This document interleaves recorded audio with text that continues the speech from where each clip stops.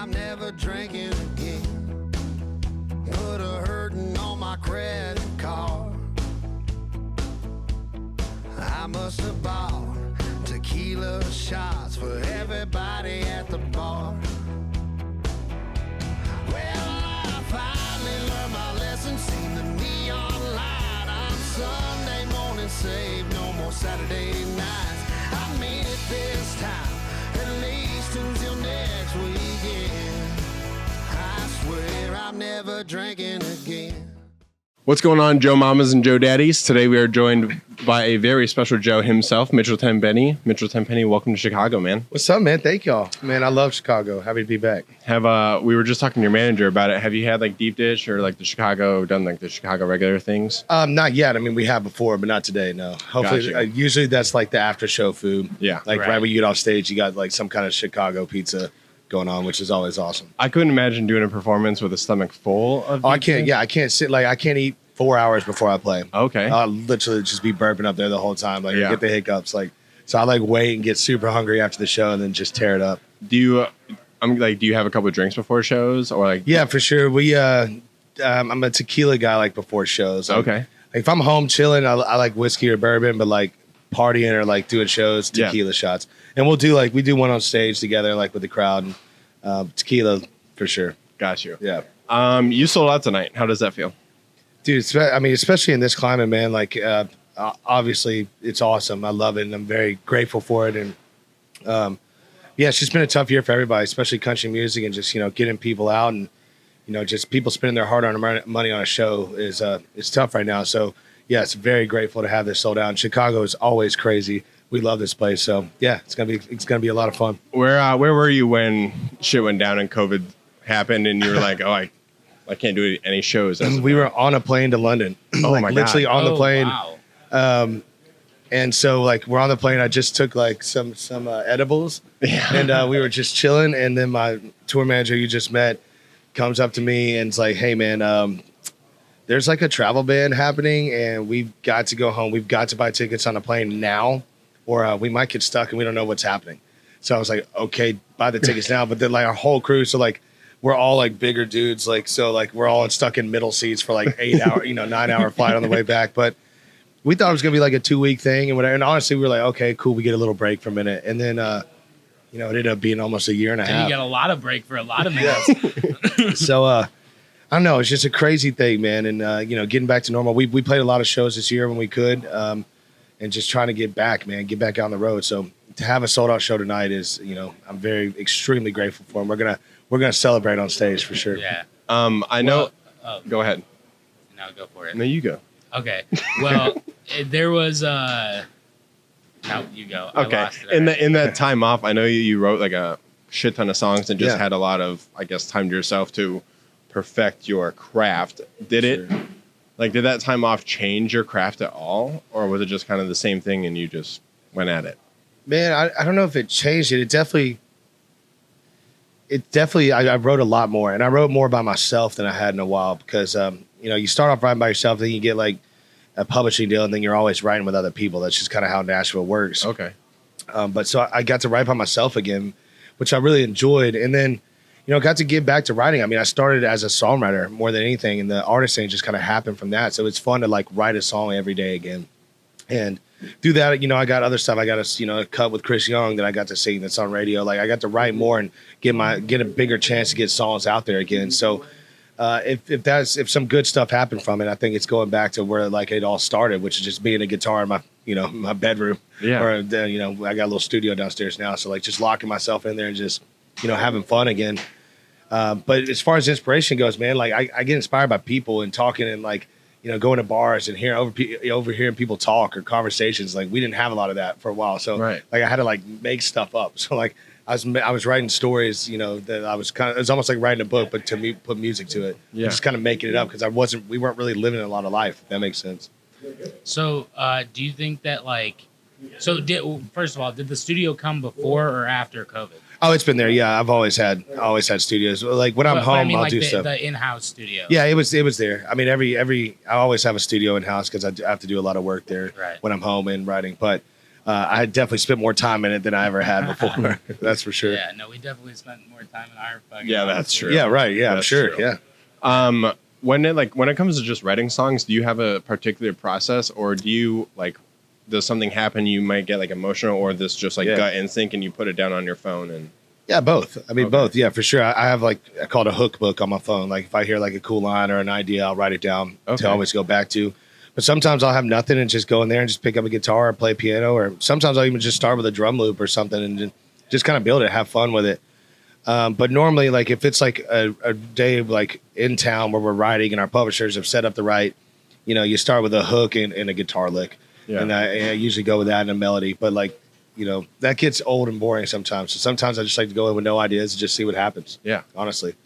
So do you start with the music first, or do you start with the lyrics? Well, that's the thing. Normally you want like a hook, like for example, like "Drunk Me Can't Get Over You." Okay, now I got that. Now then I'll get a guitar and do some chords and start humming melodies over that to try to get to that hook. To try to the catchy part. Yeah, the hook being when I'm saying the hook being the end of the song, like normally the song title usually is the hook. Sometimes it's not, but that's usually like the catchy part at the end that encompasses the whole song. You normally start with that. And I think personally, your catchiest song is "All on You." Oh, thank you, man. I appreciate that. I love that song. Thank you, and man. I mean, I've listened to it. Like I came across it like a year ago. That was one where I started off with that guitar lick. I didn't have the hook or any lyrics. I had that like I had that for forever, and we were like, oh, that's a cool lick. Let's start there, and then we just kind of wrote what we felt. Where normally we start with the idea first. That was started with music. So actually, that's a good example. Great, perfect. Yeah, I'm not always finally. assistant. Yeah. Sometimes they show my worth. I was watching this interview you did with Lunchbox from the Bobby Bones Show, and you said that you pretty much just kind of scream into the mic and hope for the best. Yeah, is that accurate? Yeah, man. Honestly, dude, I'm not like a classically trained singer by any means. I really don't know what I'm doing. I just sing and try and just go for it. That's basically it. That kind of makes me feel better about ourselves because we're not classically trained in really absolutely anything. The most success I've seen in my life is when you're completely naive and you have no idea what you're doing. The second you think you know what you're doing, nothing happens. I promise you. But then there's that beauty in ignorance almost. That's what I'm saying. Yeah, absolutely. Yeah. You go in and you do it for the art of it, or the beauty in. Or just the feel, the fun of it, man. There's bliss in the ignorance, man. I truly believe that, and like I said, the most that I've ever been able to achieve is when I truly just had no idea what I was doing and just did it. Right. So I definitely recommend that to everybody trying to do anything. Yeah. So you've had a double platinum #1, songs in the top 5 country radio, and "Truth About You" right now is killing it, which is all obviously impressive. But in the world of Mitchell Tenpenny, who impresses you? Like artist wise? Yes. Yeah, or anyone. I mean, it could be like your aunt. Yeah. It doesn't matter. Man, that's a good question. Dang. Well, I know I could start with I could give you a couple of hints with your Wikipedia page. Yeah. Well, yeah. I mean, artists that that I look up to and that I've definitely been influenced by. I mean, John Mayer impresses me just how much he's just been able to do across the board, just as a songwriter, who he's been able to play, to do what John Mayer's done and then go play with the Grateful Dead, completely separate genres, but to be able to play that on guitar, that's so impressive to me. That's not many people in the world could do that. Hardly anybody could go and fill in that role and play those exact licks, and then go back and do his singer-songwriter stuff. It's extremely impressive to me. So I'm going to go with John Mayer on that. Perfect. I mean, he is the shit. Yeah. I mean, I actually saw it recently. He did. There was a TikTok. Someone was making fun of his music, and then they wrote a song that they were like, "This is kind of what John Mayer sounds like," and he recorded that song. Oh no! And it sounded way better than what they were doing. Oh, of course. And he was like, "Honestly, it ain't a bad song." Yeah, they probably got paid for it too somehow. So there you go, man. But yeah, it's John Mayer for sure, man. He's the king. The truth about speaking of Truth About You, the music video, how long were you actually sitting in those handcuffs for that video? Honestly, dude, I just probably an hour. Okay. Maybe a little bit more. I did there was a lunch break and I couldn't find the key. I put the key in my pocket and they set it down. They thought I had the key closer and they walked out. And so they just saw I could do it myself. And I was like, oh shit, I can't, no one's here, whatever. So I ate my lunch in the handcuffs, like just right there, yeah. Because it was just far enough where I couldn't get it in my pocket. I put the key in my pocket on the first one, then locked it the other hand. Yeah. And then and my tour manager had to come by, and I was like, hey man, can you grab this out of my pocket? He was just laughing, but they were stressed out enough to be able to eat. Do you enjoy making music videos? No, dude. Honestly, really? I hate it. It's my least favorite part of the entire industry. I love the outcome and I love looking at it, but dude, I'm not an actor. Like it's just out of my comfort zone. Does it feel like forced? Is it the last thought when you write? Yo, dude. Well, when I write, I want it to be cinematic. Like I see a music video in my head or a movie. Like I want it to be a cinematic image when I'm writing. Right. For sure. But then like I write the song, it did like A Truth About You, and then it starts doing it, and then I get the call, hey, okay, next week we got to do the music video. I'm like, fuck. No. Damn. All right, here we go. I have COVID that day. Yeah, exactly. You're like, you already know that you have COVID. Yeah. It's like, I'm gonna have COVID in 2 weeks, I believe, so that's not gonna work for me. But it has to set in, it has to sit. It's just not my favorite thing. But I do like, and that's no knock on all the hard work that goes into it for all the crew, man. Yeah. They're amazing, and they definitely made me feel comfortable when I'm on it. It's just, that's probably the least favorite thing for me, honestly. But I understand that, because even though like it's obviously like a huge part of your world, as a musician and just an artist, like you said, like I'm not an actor. Like this is and it just that too. It's the hurry up and wait thing that kills me. It's like they have like, okay, you just did a scene that took, it took 15 minutes to shoot, and then you're gonna take an hour and a half to set the next thing. Like, dude, if I got to go in and do the whole thing in 2 hours, then I'd probably be fine. I love knocking things out. Yeah. But dude, it's a whole day thing. It's like, 12 hours, 14 hours, and you're just there all day, and you're like, you go and you turn it on for 15 minutes, and then you're done with that scene, and then you got to go sit back in a room and just like wait and pace around until they call you back in and do another thing. And it's like that kind of stop and go. Just, I don't know. I'm too ADD. It kills me. No, dude, I get that. Yeah. I get that. It's the worst. I literally didn't take medication the other day, and I was like, there was an episode of SpongeBob where he's like looking around, they like memorized everything, but he couldn't remember his name. And they're like, someone asked him, what's your name? And he was like, and it shoots through in his brain, and he's just ripping through files. Everything's on fire. Yeah, that's amazing. Like, that was me all day. Oh, geez. I actually know what you're talking about. I know. I've been there a million times. You're like in your brain, you're like, that happens to me with lyrics sometimes on stage. I'm just like, I don't remember my own lyrics. That always surprises me. Because I mean, it's like embedded into your head, or you would think, but then you might see human. If you see something in the crowd or someone or something, like your mind goes elsewhere really quick, then like guitar for me it's fine. Like that's kind of, but like lyrics is like, because I've written so many songs that don't get cut or hit, and like you're gonna write some of the same melodies or some of the same shit, and so sometimes like a melody from a song that I wrote that never got cut might come in during another song. I think of that lyric or blah blah blah. I don't know. Like I have to fully be concentrating every second. Like if I see something and I go off my brain, like it's not a good thing. I know you had Drunk Me for a while, and like correct me if I'm wrong, but you were like pitching it out to everybody, and nobody would cut it.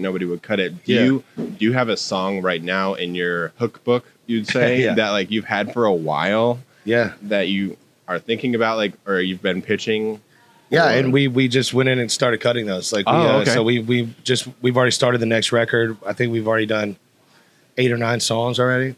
So yeah, a bunch of those that like it didn't get cut. We by another artist. I put it on my record. So we do have a lot of those coming out, and I'm excited about those. But yeah, that was Drunk Me too. Like Blake Shelton had it for a second, and he ended up not putting it on the record. And so we, when it got time for me to cut something, I was like, man, let's do this one. Let's just go for it. It's so weird hearing about it, because now I'm like, what the hell would Blake Shelton's Drunk Me sound like? Yeah, you know what I mean? Like I was excited to hear it, but yeah, it just didn't make it out there.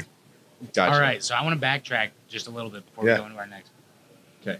Well, you do you, baby. Thanks, buddy. What was your like come to Jesus moment? Like I'm gonna start like writing music. I'm gonna start playing music. What came first? Was writing, playing?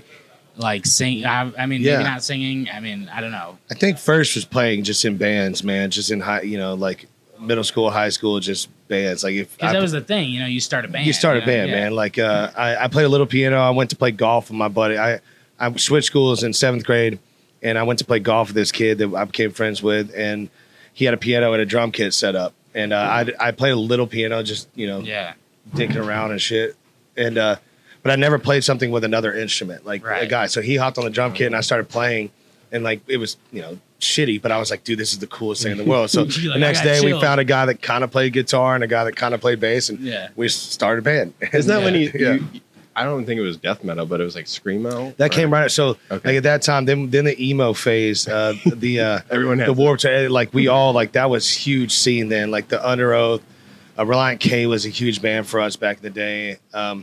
So we started getting into that, and then 2 years later, like we actually had like a band, like we got decent at our instruments, and we just wanted to be in that scene. So we were touring, doing all that kind of music, and I ended up playing drums because our guitar player. His amp broke and he couldn't afford an amp, and I had an amp, so I let him play that amp, and then I had a drum kit, so I got moved to drums. So I was the lead screamer and drummer, and then we just did that for a while, man. And then we all broke up for college, and I just had me and my roommate with the guitars, and that's kind of when we started writing more country songs, more singer songwriter stuff. And I think at that point, like we started playing out, and we'd play for free or for beer or for food up in Murfreesboro, Tennessee, MTSU is where I went to college, and we just kind of started loving it, man. Just kind of like really loving it. And like people would like come again knowing that we're playing. Like 5 people would show up if they knew we were playing at a pizza place at every Tuesday at 2. And like that was kind of cool for us. Like they started knowing our songs just by hearing it there. And like we just, I don't know, as kids, we were like, this is fucking awesome. Like this is let's keep doing that. And so I think probably there, like early college is when it kind of, like it was never a plan. It just always happened organically. So it was never a plan to like do it long term, do it. Hell like, no, dude. I had like, this is just fun. Yeah, I had no idea. It was just like that's the thing. And back to the ignorance and being naive. There was never a plan B. There was never a plan A. there was just like let's just go with the flow, man. And both of us, like Brad Clausen's his name. I mean, he wrote Up Down for Morgan Wallen. He wrote Kenny Chesney's last single. He's become a big writer in town too. Like both of us have been successful in the industry because we just never had a plan and just kept doing it. And I think there's something to that. I don't know. Well, but and I like, was gonna say like there's something to the fact that like you're doing it just for the fun of it, and you don't do it with a plan in mind, and it just kind of happens to some extent. And I feel like when you do it for the fun of it, you're not so in your head about, oh, will someone like this or not. And you're that's just like, I enjoy absolutely, it. People are gonna do and that's why your best stuff. stuff happens then you get signed, and then it becomes a job, and then you get lost for a while, honestly. And it's like shit. You're you like overthink everything, clock, and it's like now you got people that make money if you make money, and it's like, man, like that took the fun out of it. It's not why you hang the poster on the wall as a kid, But you're still having fun. Now I've had to get back to it, man. You have to revisit that because after you get a number one song, which is amazing, then you're in it, man. Then you're in it. Then you're labeled like you're a business. I mean, you're a business plan for them now.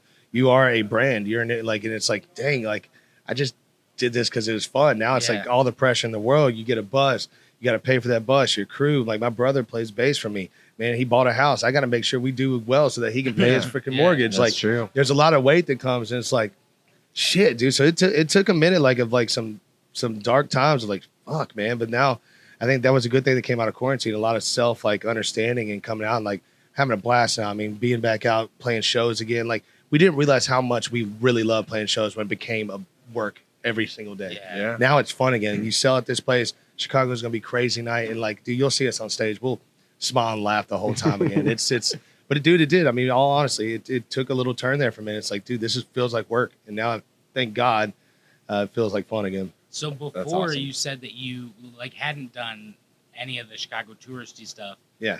Like this time, but you have. What's your favorite thing to do when you're in Chicago? I still haven't. When I dated a girl that was from here, we did the bean thing, and she took me to some of the local places. I don't even remember the name.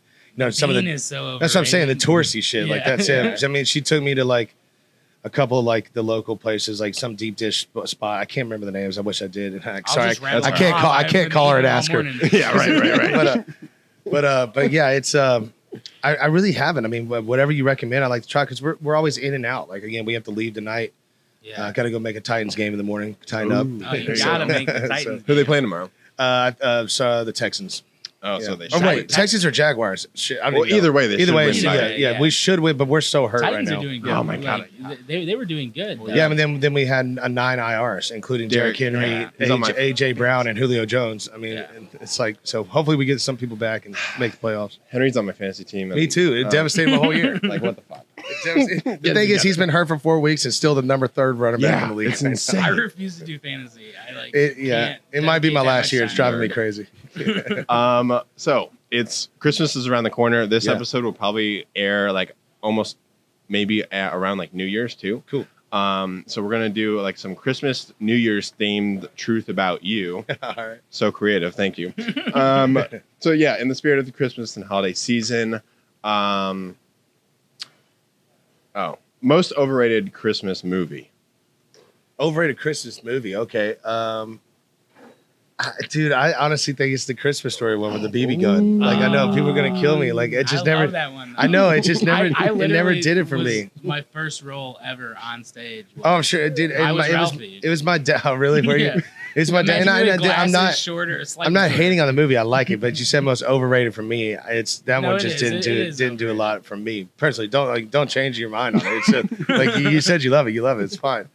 I don't know. I'm a big like Home Alone fan, like Elf fan, and like some of those are those. good ones, And then all the Chevy Chases. Yeah, like, Christmas National Vacation. Lampoon, I think that one's my number one. Or Die Hard. how's your Die Hard. That's true. It's a Christmas movie. It I is a know. Christmas You're right. movie. It's I'm weird. so glad you said that. It is. rate your gift wrapping 1 to 10, 10 being dude, the best. Dude, 2. It's a 2. I'll give it a 2 because it does get fully wrapped. It does, but it is fully wrapped like shit, dude. So the fact that actually, it gets fully covered, that moved it past 1. yes, that moved it past 1, and that's as far as it goes. Actually, I take all my gifts to my mother's house, and she does them for me. That's What how a spoiled sweetheart. I am with my mom. She helps me out with that. So like for any gift I have her wrap except hers, and I'm like, Mom, sorry, this is from me. This one looks like shit. When do you start Christmas shopping? Dude. I was gonna say, today's what's the day? December 11th, I think. Oh, is it? So like now. Yeah. like now. Like I was on Amazon last night grabbing some things, and I know when I get home, we'll have Monday and Tuesday off before we go back out. I'm gonna try to go around Nashville and scavenge for sure. I got shit faced the other day. Shock. Oh, As me usual. too. Same. Yeah, classic me. Last night. And I woke up and like 2 days later, I got a package and I was like, "What the fuck did I order?" And then it was my mom's Christmas gift. Oh, that I nice. had been thinking about. Well, there you for a go. while. So it just gave you the courage to do it. Right, I was just like slamming whiskey, Coke back, and I was like, you know what, we're gonna do it tonight. It's time, dude. Honestly, that's sure the your best mom way to will do love it. Yeah. She will. She's gonna love it. Let her know She'll the love story. This episode, and she's gonna love the fucking gift. All right. Rank these 3 from most. Yeah. Least. Do you want to do least important first or most important? Whatever. Yeah. All right. We'll do least important to most important. Okay. Christmas lights, Christmas music, Christmas movies. Oh, dang. Okay. Least important for me is personally at our house, Christmas lights.